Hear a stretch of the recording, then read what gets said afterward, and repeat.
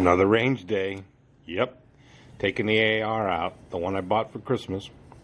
This is only the fourth time I've had it out, and it's a Smith & Wesson M&P Sport II, I think. And I just bought the sling.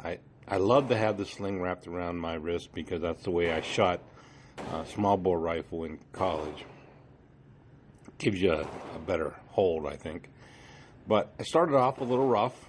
You can throw that one out in the 8 ring, and I did it again on the other side later on. But then I started to concentrate a little bit and figured out the trigger again, and held them in there pretty well. Using a Vortex optic with a red dot. I'm using the green. It come with both, but I like the green a little better. I'm shooting at 25 yards, and it was not a bad day. A little hot in the range.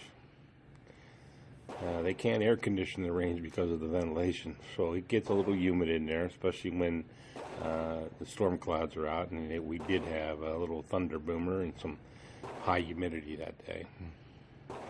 So they have a big exhaust fan running. So that's why I can't do the sound directly. But I use my camera for both some videotaping of the target, but also it's like a spotting scope. At 25 yards, you can look down and see fairly well.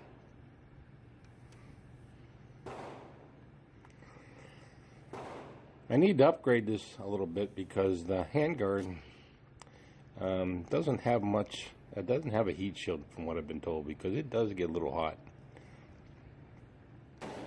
So that's the first thing on my list.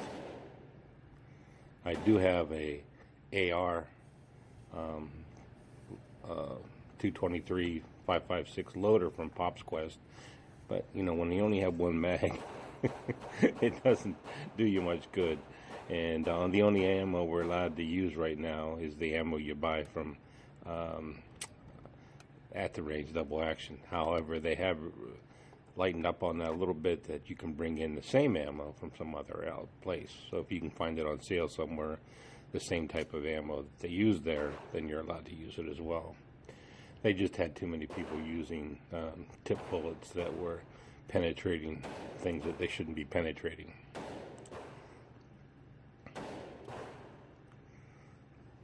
Here's another angle.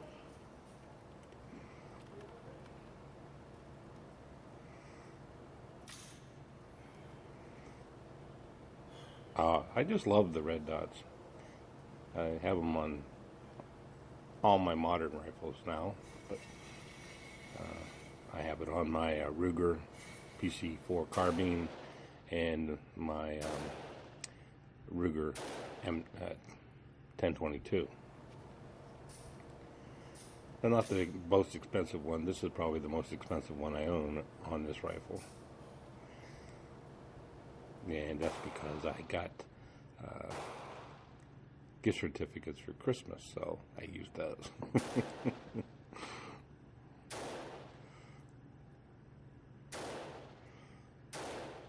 But it's running fairly well, no problems. And as you can see, didn't do too bad. Those first few shots are the ones I showed earlier, and they were off. But once I figured it out, I held it in there pretty good. I think 20 out of the 40 were all in that small white circle within the X. So it's a nice gun. I'm happy. Thanks for watching.